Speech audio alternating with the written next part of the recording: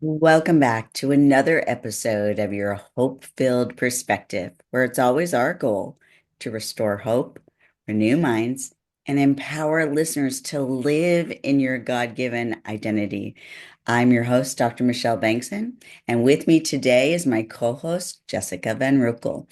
And today we are going to be talking about how God views grumbling and complaining and how to cultivate a grateful heart.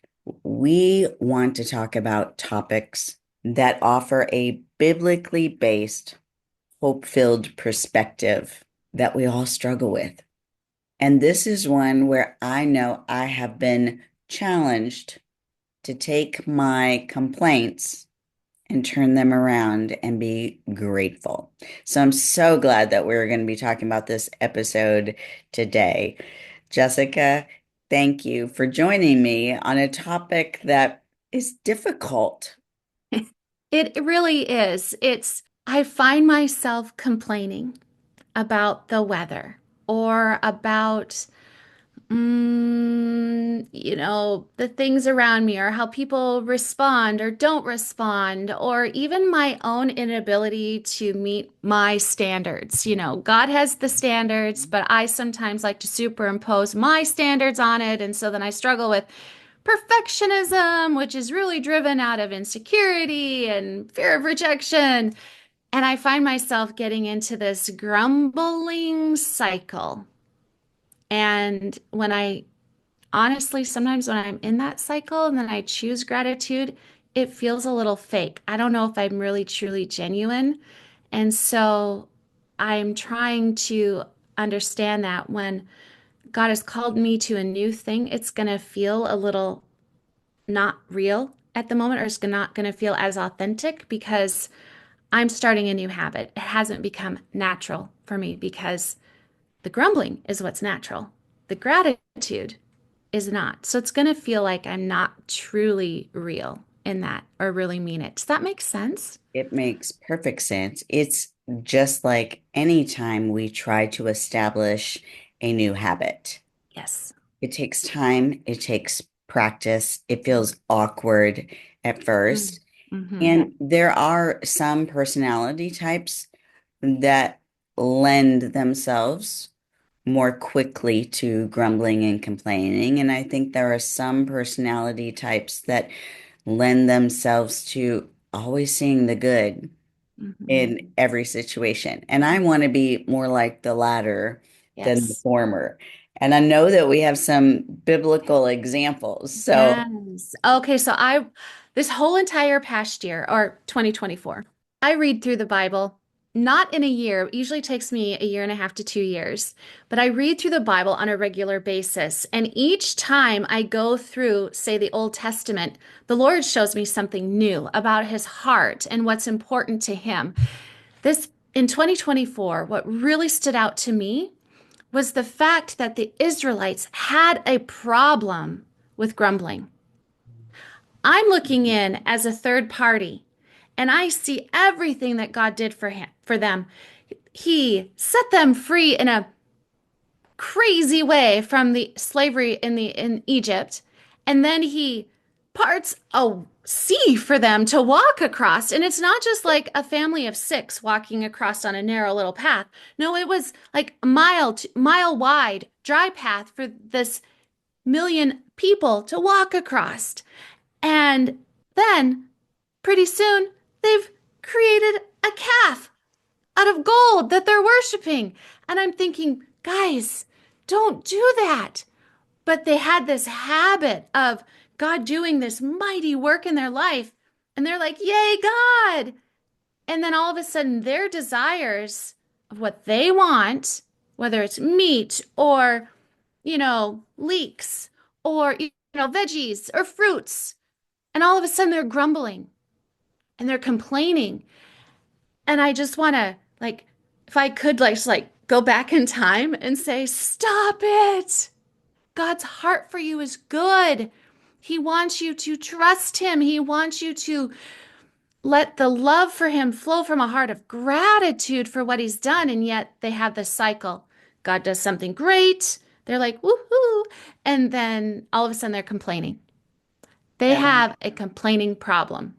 I wonder how many times I do that when God Exactly. does something good, when Yes. God blesses, and Yes. then in the next hour or Yes. day, I'm grumbling and Yep. complaining. And I really think that grumbling at its root, it really reflects a lack of trust It does. in God's provision Yes. and his plan, just like you're talking about the Yep. Israelites.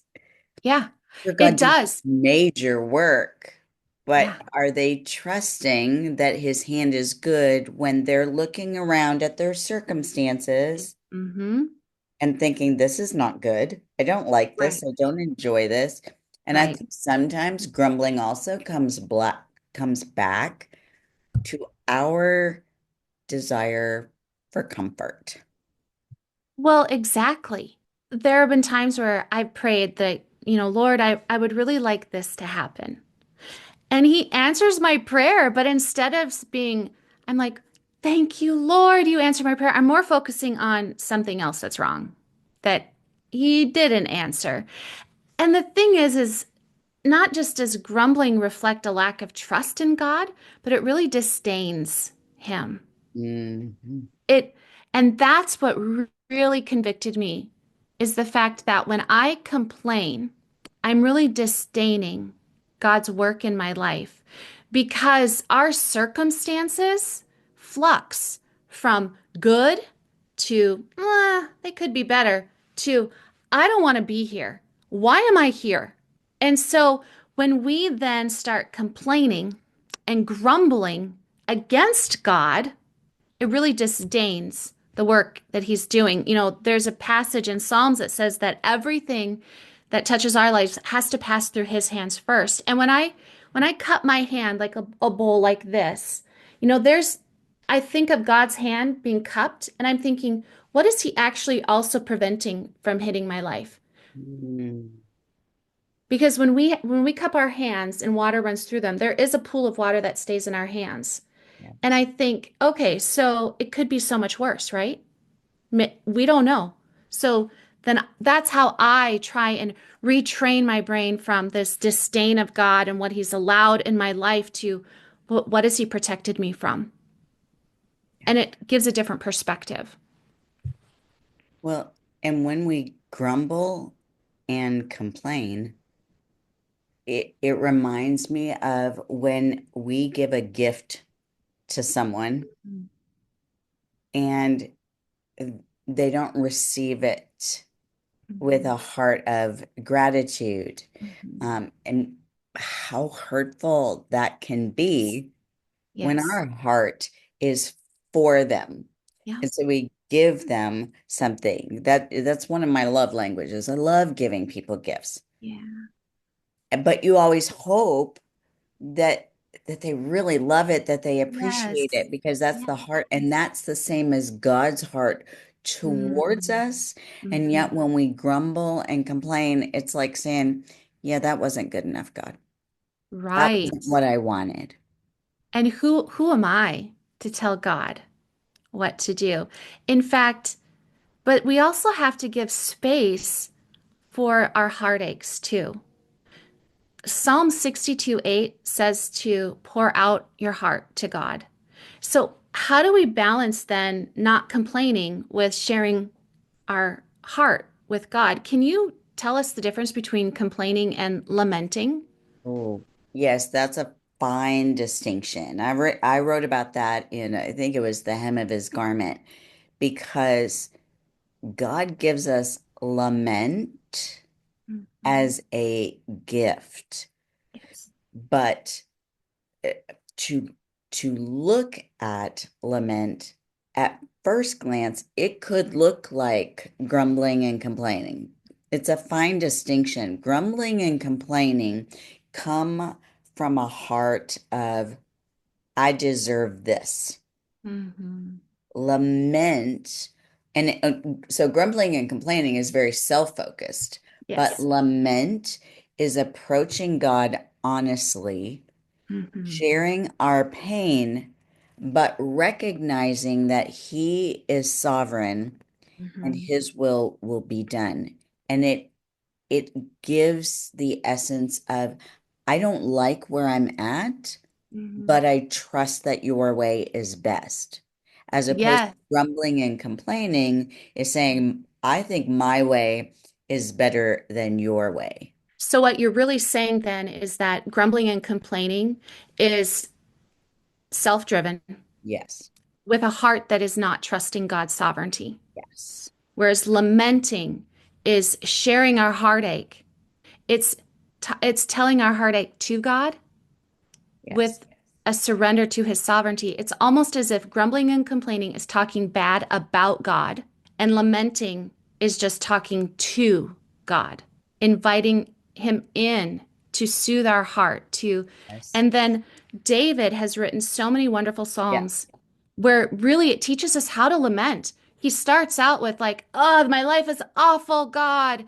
Why did you allow this to happen? You said you were faithful." And then in the next verse, he's like, "But you are faithful, God. I'm going to praise your name. I'm going to trust you. You're steadfast and merciful."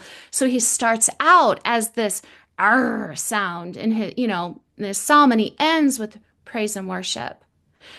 But why do we tend to grumble and complain? Oh, there are so many root causes. A big one for me is unmet expectations. Mm. When I had it in my mind how things would go, like when you give a gift Yeah, and you hope and expect that yeah, someone's gonna just love it, or um, or you host people for dinner yeah. and you want them to appreciate it. But in your mind, how they're going to express that looks a Ah, certain way. I mean, especially the holidays are ripe for this. When family and friends gather, we develop expectations, unspoken expectations, mhm. usually Yeah. of how the Christmas dinner is going to go and how the gift giving is going to go and how that event that you're going to is going to look. And Yeah. frequently we end up grumbling and complaining because our expectations weren't met. But it's really unfair to the other people around us because they're unspoken expectations. Mhm. But I Mm. also have unmet expectations of myself. And Ooh. then I can get frustrated and begin to grumble and complain. Oh, that is so good. I also find one of my root causes of complaining can be found in comparison. Oh, ouch. Yes. I look at someone else's life and they have what I want, whether it's a platform or a multi-book deal or speaking opportunities with these amazing large groups, and or even to the point where I'm still, I still feel like I have to live frugally. And so the comparisons can really trip me up and I can start to grumble and complain, not to those people or about those other people that I'm comparing myself to, but to God and saying, "God, why have you blessed them and not me?" And the Lord is showing me that that is a faulty perspective. And we could probably do a whole episode just on comparison and what Yes. that actually is and what that does to us. But that for me can be a root cause of grumbling and complaining, along with resentment. A resentment, Resentment, big one. it can be a big one too, because I resent comparison and resentment. They kind of are sisters, so to Yeah. speak. They're slightly different, but Mhm. they're related. And then this focusing on what I don't have rather than what I have. That's a big one. That's a big one. That even goes back to the Israelite story. Yeah, God had for sure. provided, had provided, had provided, but in the moment, they were focused on what they wanted that they didn't have, which again, that goes back to being self-focused. But Mhm. another big area that can lead to grumbling and complaining is stress. We Yes. all experience stress, and there is good stress and there is bad stress, but your brain does not know the difference between the good Hmm. stress and the bad stress. But we can train our brain by how we respond to Mm. it. And a lot of times when we experience stress, part of that stress is exacerbated by unmet expectations.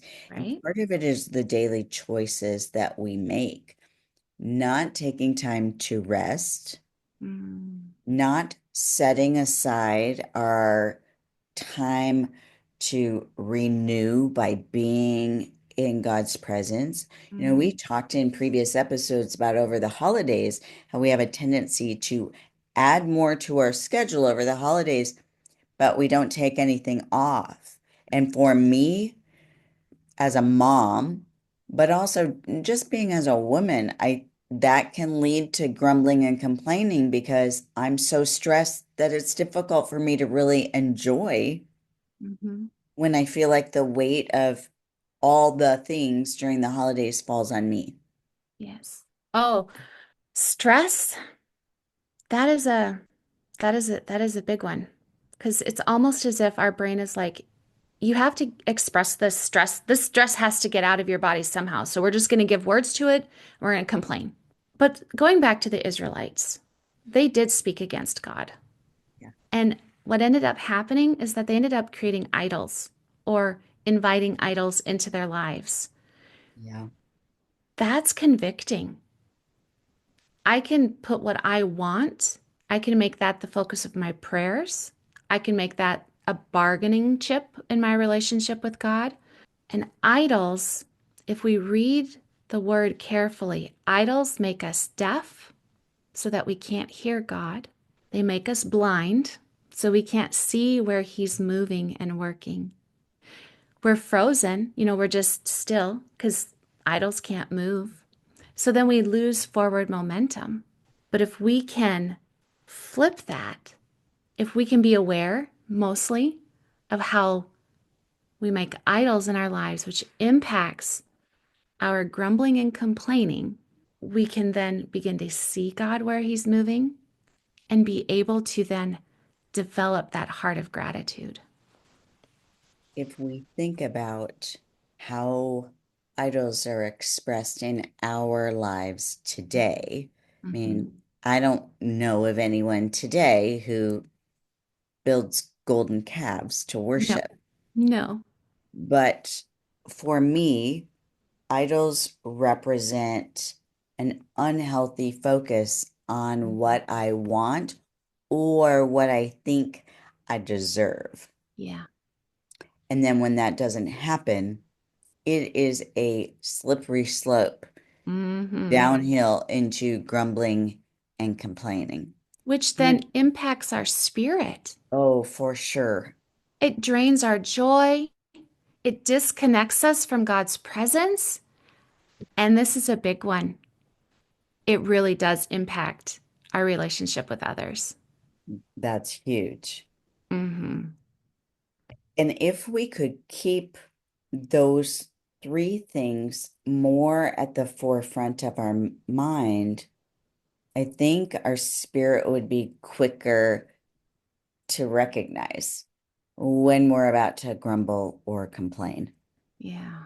There's scriptures like First Thessalonians 5:18 that says, "Give thanks in all circumstances." I don't know about you, Jessica, but that is a tall order. Yes. And I focus on that little word in, not for. It doesn't say for, give thanks No. for all your circumstances, but just whatever circumstances you find yourself in Yes. to give thanks. So, what are some things we can thank God for when we're in hard situations? We can thank Him for peace. We can thank Him for His goodness. We can thank Him the fact that He saved us. Jesus came. He sent the Holy Spirit to be our comforter. There are many things to be thankful for in our circumstances. He's our refuge. He gives us strength. But circumstances can sometimes be so large and God so small. And it makes me kind of begin to think about all of those verses, like Psalm 100 verse 4 that tells us to have this heart of gratitude. So it starts in our heart. So, how do we change our heart? We can't just change our words without changing our hearts. Yes. We have to focus on our attitude and our Mm. thoughts.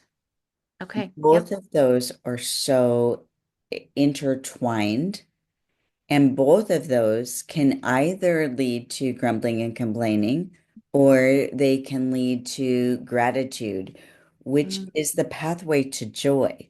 Hmm. It's really difficult for me to experience joy when I'm focusing on what I perceive as my area of lack. Right. But when I will focus on what God has already provided, focus Mm. on the blessings He has already given. Jessica, if God did not give me one more blessing, I would still have enough.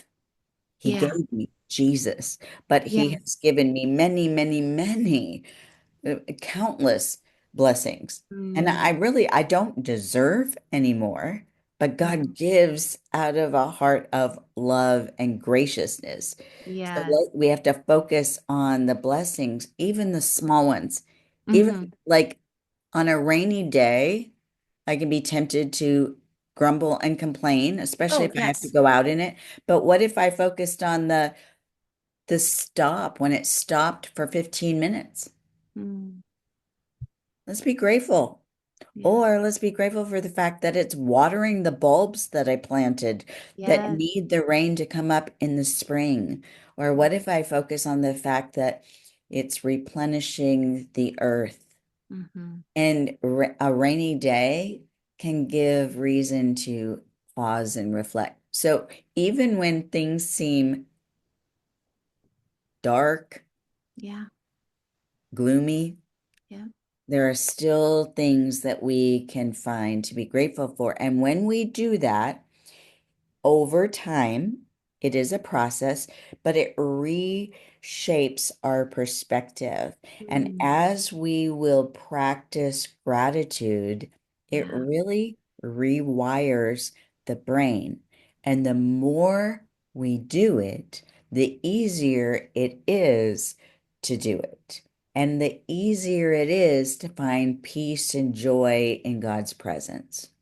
Mm. So good. So it's really developing this awareness of God. It's developing awareness of our thoughts.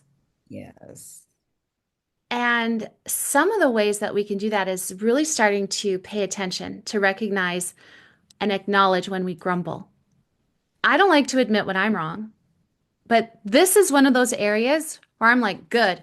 I don't like to be a grumbly person. I don't like to be around myself when I'm grumbling, let alone, and I don't want to put other people through that. So I Right. want to know when I grumble. And so some of the ways that we can do that is we can ask for accountability from a friend. We can go to a trusted friend and say, hey, God has shown me that I am grumbling more than I am praising.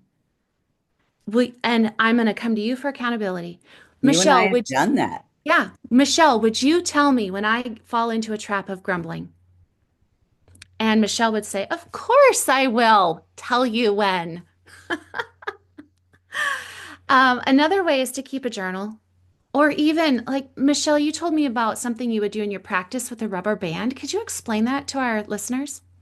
In my private practice, when patients were struggling with an attitude or a behavior, but they weren't always aware of when they were falling into that trap, I suggested that they put a rubber band around their wrist. And then every time they had that thought or they enacted on that behavior, to snap that rubber band. Mm. It inflicts a minute amount of pain. But Mm. what it does, because it's associated with pain, is it makes us more aware. And Mm. so over time, as they did that, they wouldn't want, none of us, we are innately pain averse. That's the way God Mm. created us. Yeah. So it is not natural for us to do anything to inflict pain Mm. on ourselves intentionally.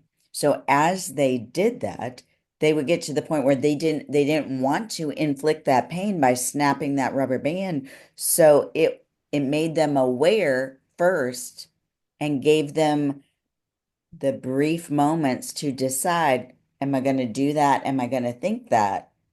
Okay. Because if I do, I have to inflict that pain. And so over time, it increased their awareness and Yeah. helped reverse the habitual cycle.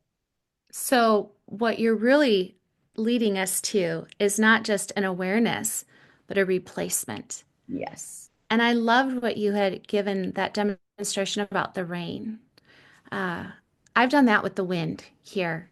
Midwest, we have the prairie, it's a wind corridor. And sometimes it's a nice little breeze, and other times it's a gale. That it's hard for me to be grateful when I have to go out into the wind and like the hair stands. I mean, literally, I have pictures where the hair is like this, straight out, horizontal to the ground. But in the wintertime, when we have snow, the wind makes the most beautiful snow sculptures in the ditches, Mhm. and they are gorgeous. In the summertime, if there's clouds in the sky, it's like the clouds are in a race, and they're beautiful to watch just race across that blue sky. When the trees, when the wind catches the trees' branches and they're just, I mean, they're like, I think of the verse that even the trees will cry out in praise. The rocks and the trees clap their hands. Mhm. So that is a way that I replace my complaints about the wind with gratitude. And it works in other areas, like you said, with the rain. Or maybe the fact that my house is messy. I don't live in a magazine layout. I love to decorate, but we live in our house. Our house is well lived in. And so, a messy house means that my kids are around, that I'm cooking for my family, that we have things. There's a lot of people in the world that don't have things.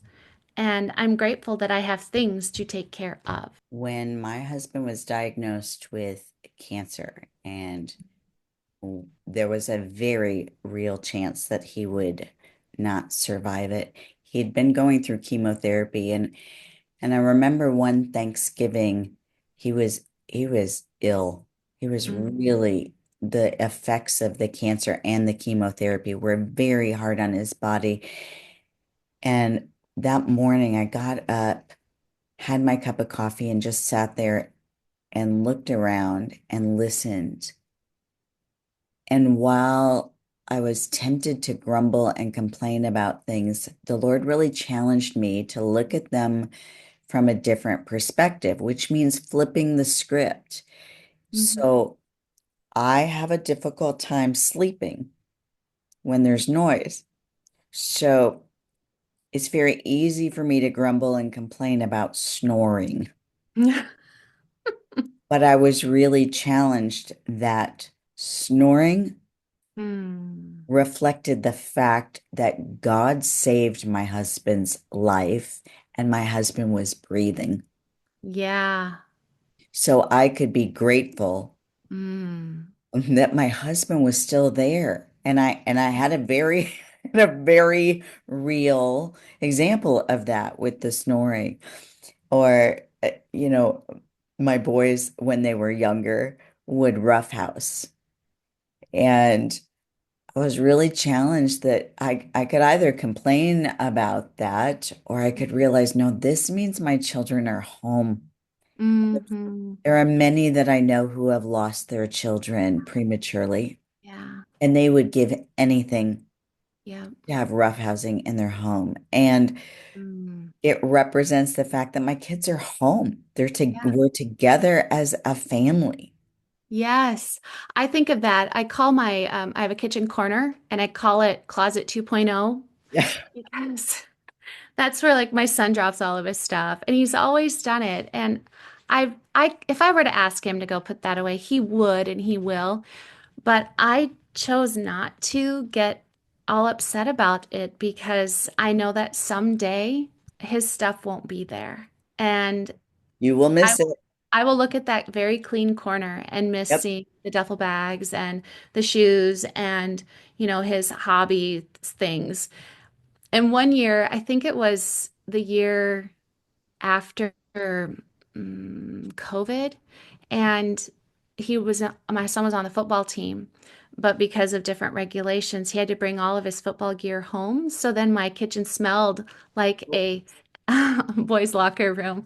And even then, I chose to be grateful because I knew that someday I'd be an empty nester, and I would look back and long for the presence of my kids.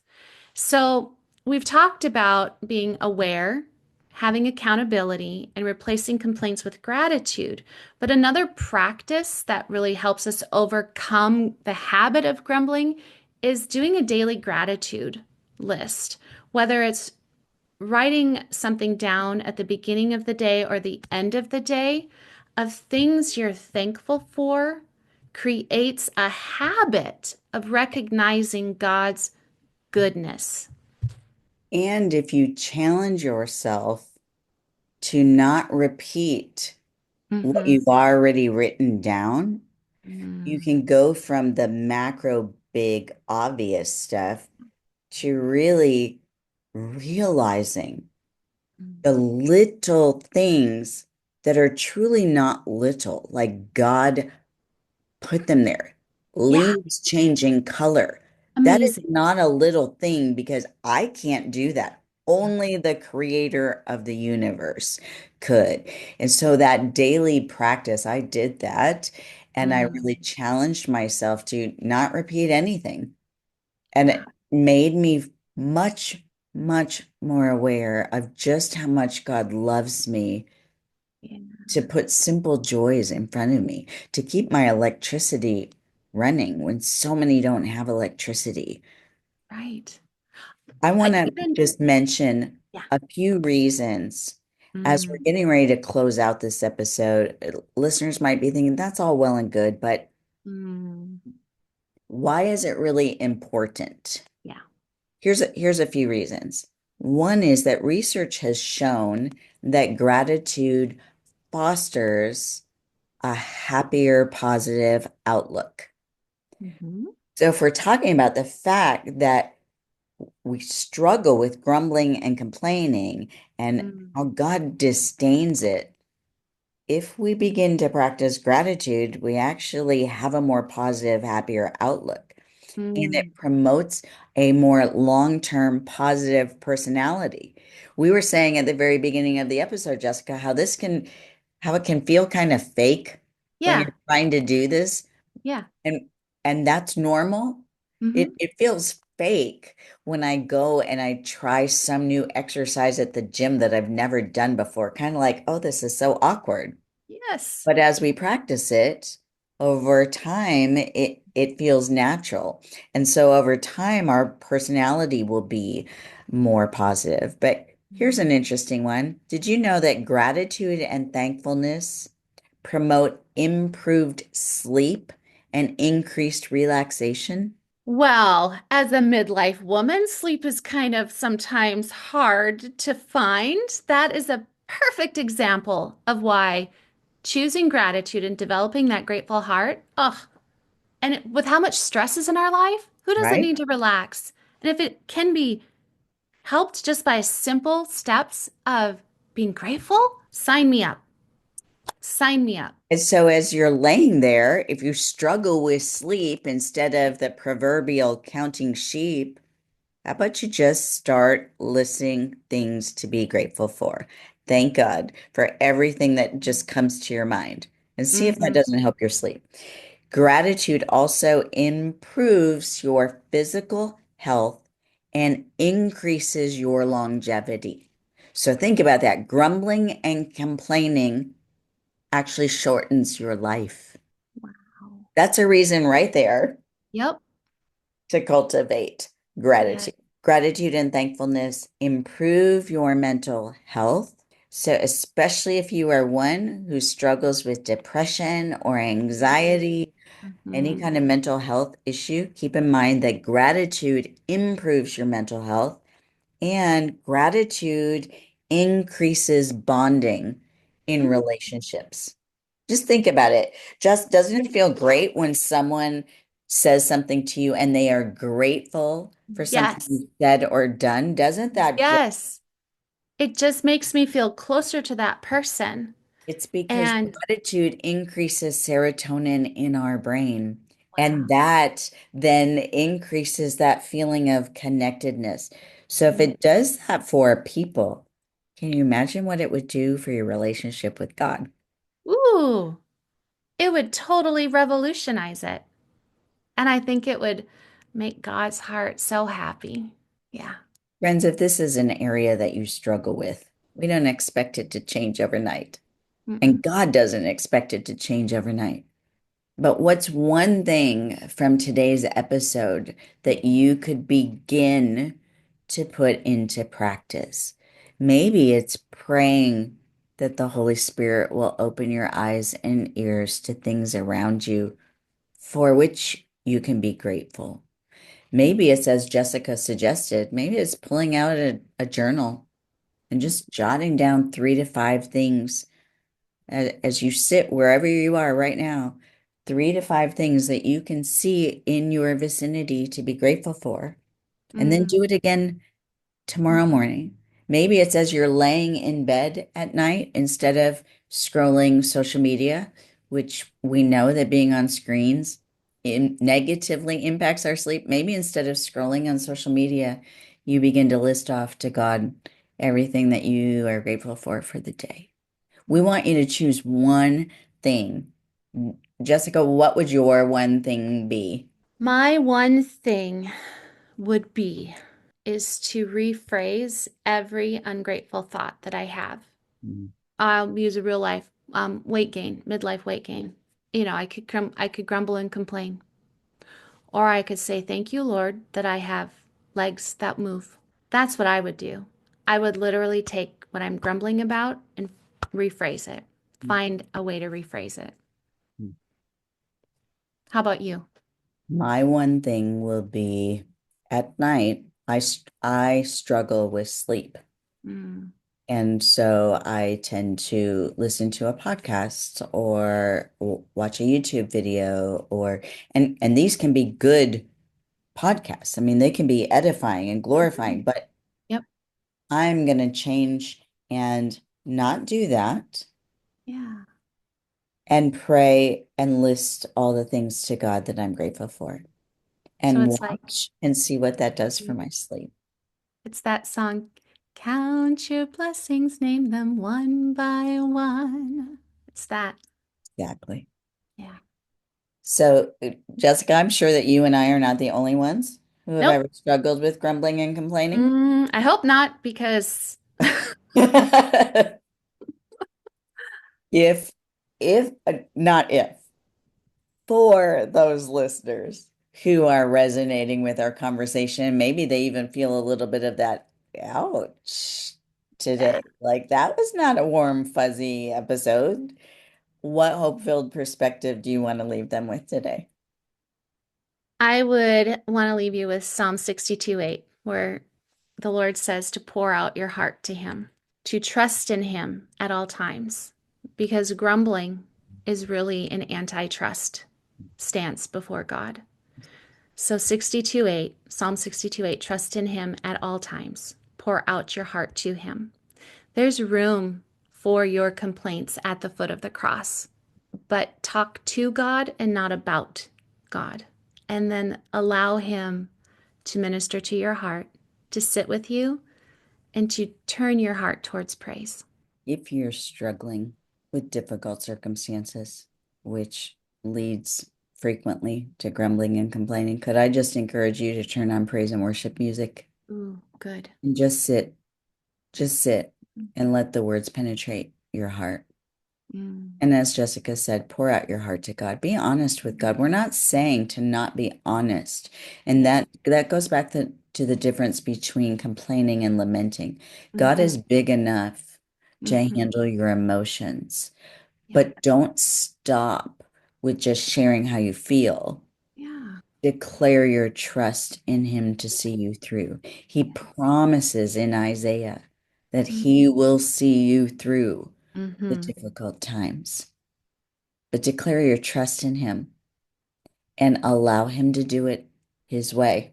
Yes. But we would love for you to check in with us. If there are other tips, tools, strategies that you have found effective for helping you decrease your grumbling and complaining and increase your gratitude, we'd love to hear them. So leave them in the comments below or on the blog post that always follows the Monday, the week after the episode airs. We would love to hear because, Yes. friends, we live in a very negative world. Yeah, Mhm. that's the other thing we didn't touch on, but when we surround ourselves with people who are negative, it's really easy to fall in line and do that too. So we want to surround ourselves with those who are going to encourage and uplift and keep us moving forward. So if you have tips and strategies that have been helpful to move from grumbling and complaining to gratitude, we definitely want to hear them. And because this is such a pervasive issue, consider sharing this episode with some friends and share Mhm. with each other what has worked for them, what has worked with you. We're in this Mhm. together. And I think when we have that accountability, it increases the likelihood that we really will change from grumbling and complaining to a heart of gratitude. Friends, it's been a delight to be with you. I hope that even though this has been a difficult topic from the standpoint that it can point out some areas that we need to grow, I hope that you have found encouragement. That is always our goal. And we would love to hear other topics that you would like to be encouraged on. So reach out on social media to either Jessica at welcomegrace.com or reach out to me through my website, drmichelleb.com, or social media. I'm on all the socials. Let us know what topics are of concern to you. Which ones do you want us to explore more? Because we want to bring you biblically based hope-filled perspectives. Until we meet again, friends, it's my prayer for you that you have a grateful, hope-filled week.